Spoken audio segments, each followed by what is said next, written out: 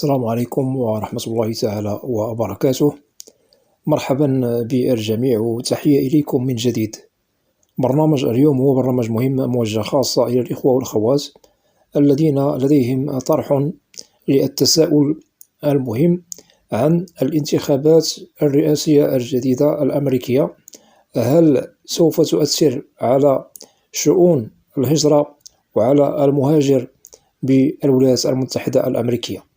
إذن هناك نقاط مهمة سوف نتطرق لها في البرنامج، ولا بأس إن استفدتم من البرنامج أن تقوموا بمشاركته مع الأصدقاء والأحبة، هذا كله لكي تعم الفائدة. ولا تنسوا أن تشتركوا في القناة. إذن بالنسبة للانتخابات الرئاسية الأمريكية على الأبواب، لن يتبقى إلا مدة قليلة وسوف تبدأ الانتخابات لأجل اختيار وانتخاب رئيس جديد للحكومة الأمريكية. وللتأكيد هناك حزبان بالولايات المتحدة، حزب جمهوري وحزب ديمقراطي. الحزب الجمهوري كان ممثلا سابقا بالرئيس السابق دونالد ترامب منذ 4 سنوات مضت، أما حاليا فهنا الحزب الديمقراطي ممثل بالرئيس جو بايدن. بالطبع حكم بايدن ل4 سنوات ولا زال الحكم ساري المفعول في إصدار القوانين السارية المفعول بالولايات المتحدة. وكذلك بالنسبة لجو بايدن له الصلاحية في تدبير شؤون البلاد والبيت الأبيض وفي تدبير جميع القرارات الداخلية والخارجية على مختلف الأصعدة. بالنسبة للقرارات سواء تتعلق بالمجال السياسي، المجال الاجتماعي، المجال القانوني، المجال المتعلق بشؤون الهجرة على العموم، وكل شيء يعود إلى قرارات الرئيس الحالي جو بايدن، وله بالطبع كامل الصلاحية في تسيير شؤون البلاد، وهذا بالطبع يظل مترسخا ومعمولا به لدى كل رئيس جديد يتم انتخابه لأجل رئاسة البلاد وتدبير شؤونها داخليا وخارجيا.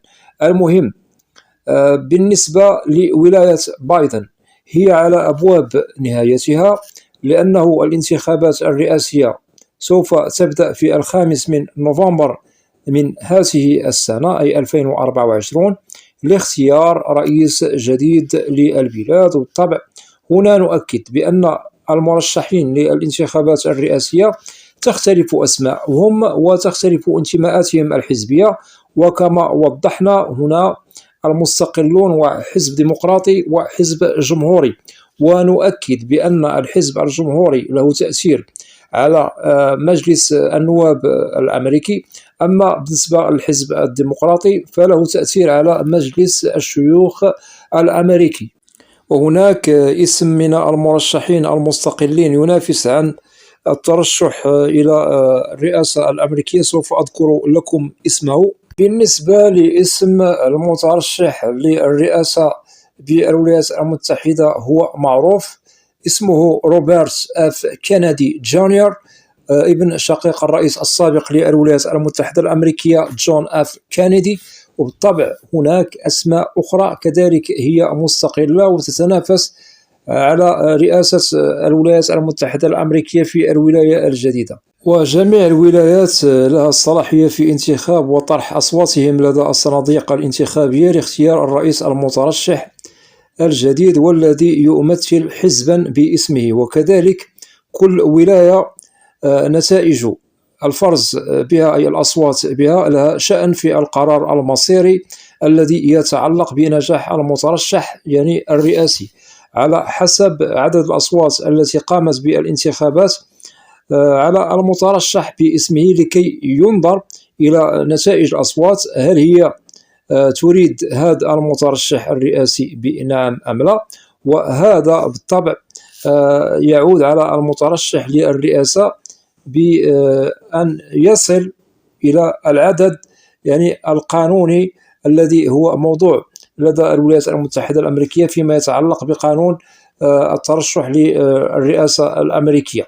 وللتأكيد عندما سوف نجد في صناديق فرز يعني المترشحين للانتخابات الرئاسية العدد القانوني قد حسب لهم بالطبع وقد تجاوزوا العدد المسموح به، هنا بالطبع يعتبر هذا المترشح من الفائزين، وهذا مخول له من طرف قانون الانتخابات الرئاسية على مستوى الولايات الخمسين. وللتأكيد كل الولايات الخمسين سوف نجد فيها التصويت الانتخابي، والأغلبية من الحزب المترشح للرئاسة لازم أن نجده قد هيمن أو هيمنت أصوات الناخبين فيه في 12 ولاية.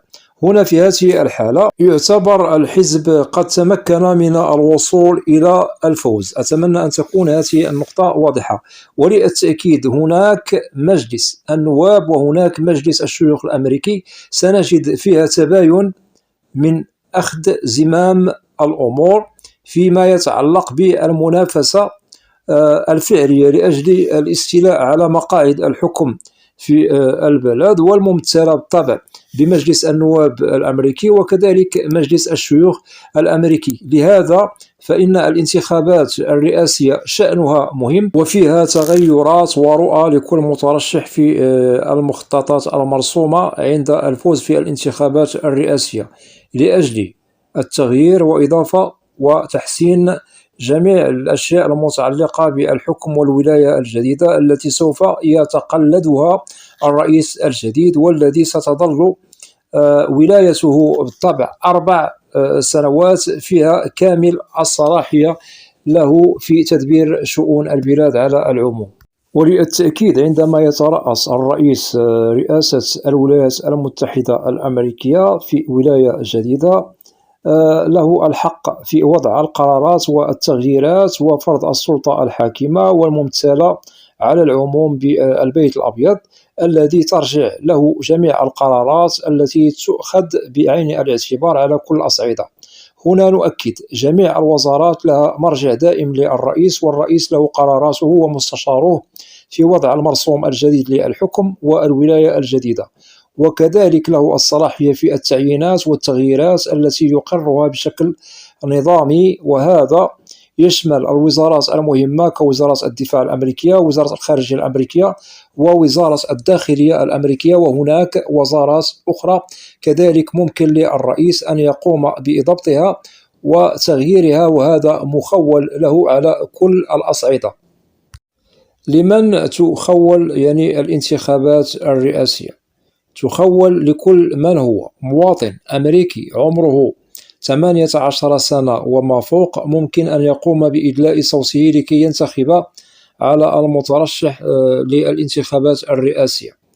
هنا في حالة أن عمر المواطن الأمريكي أقل من 18 سنة فلا يحق له أن يقوم بإدلاء صوته لكي ينتخب مترشح للانتخابات الرئاسية. 18 سنة وما فوق.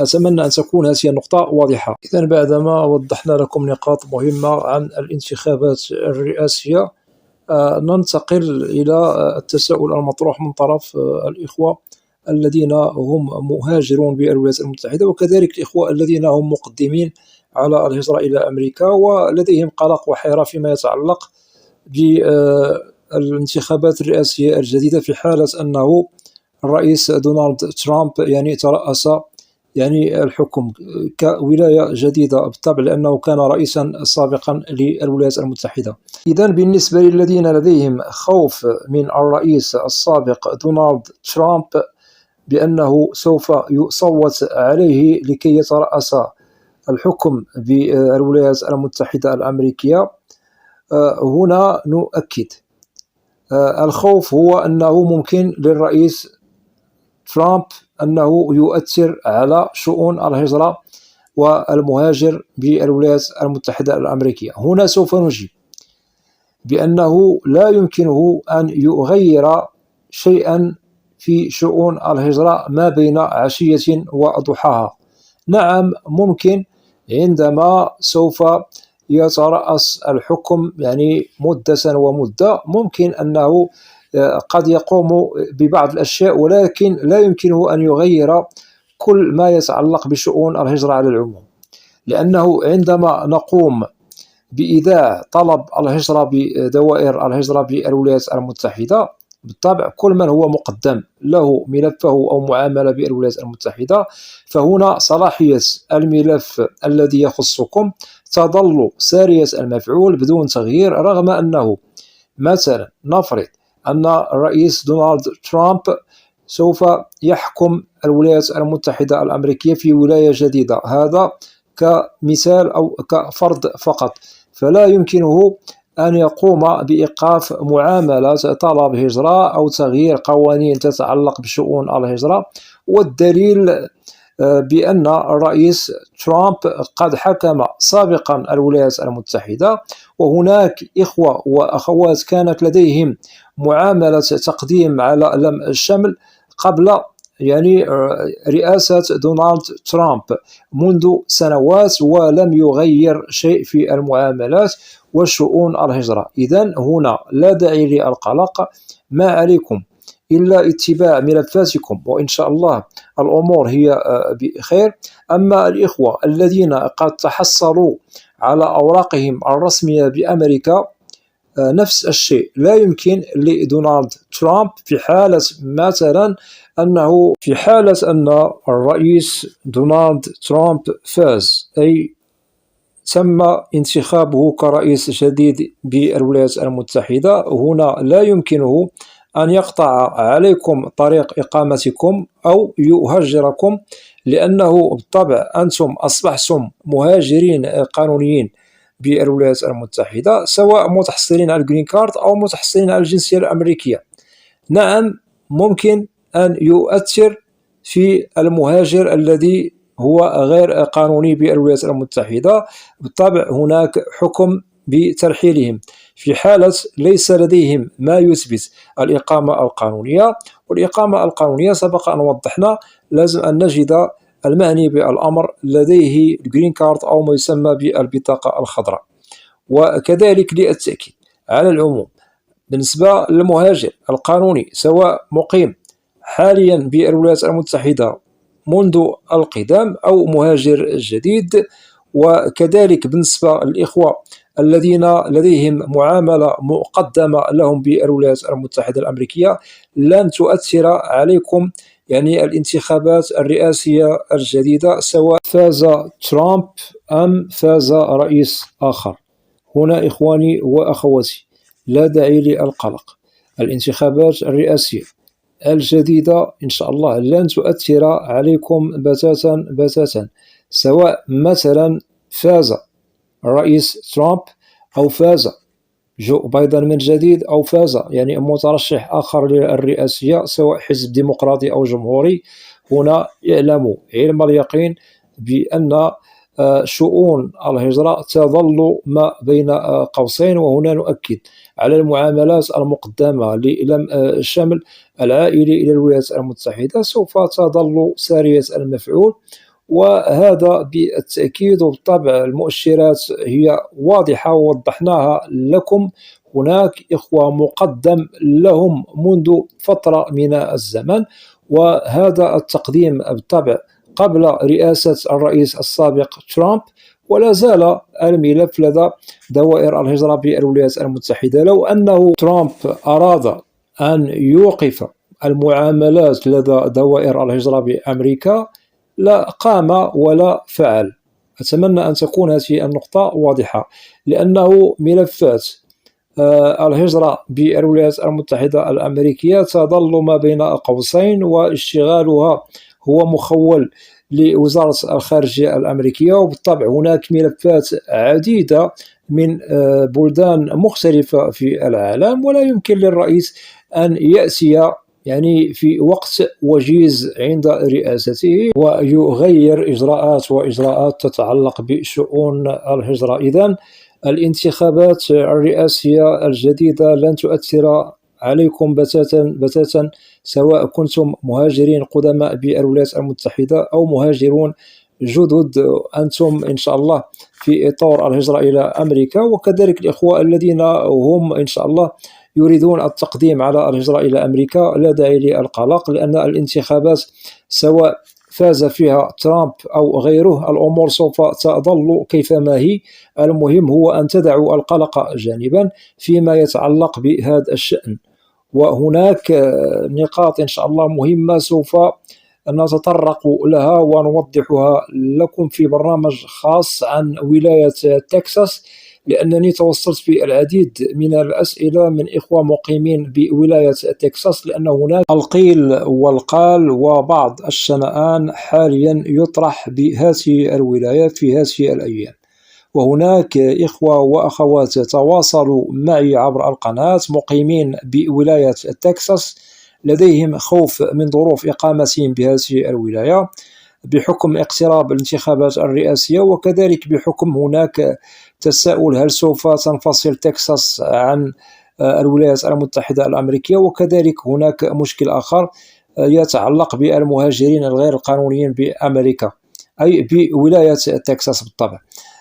وأتمنى بالنسبة للإخوة الذين هم طارحين للتساؤل عن ولاية تكساس أن تتابعوا القناة. إن شاء الله سوف أجيب على تساؤلاتكم في هذا الشأن إن شاء الله عما قريب، وأتمنى أن تكونوا في الموعد، وأتمنى أن تكون جميع النقاط التي سردتها عليكم في البرنامج واضحة. وفي حالة أنه لديكم أسئلة تتعلق بالبرنامج أو برنامج آخر عبر القناة فلا بأس أن تقوموا بوضع تعليق عبر القناة، وسوف تجدوا الإجابة عبر البرنامج المعروف بالقناة برنامج أسئلة وأجوبة، لأنني لا أستثني منكم أحدا. وأتمنى من الإخوة والأخوات الذين لا زالوا لم يشتركوا في القناة أدعوكم للاشتراك في القناة وتفعيل زر الجرس ليصل إليكم كل جديد. ولا تنسوا أن تدعمونا دائما باللايك لكي نصل إلى أكبر نسبة من المشاهدة. وبالنسبة للقناة محتواها كامل وشامل عن الهجرة والمهاجر إلى الولايات المتحدة الأمريكية بشكل عام وكتعريف. وأود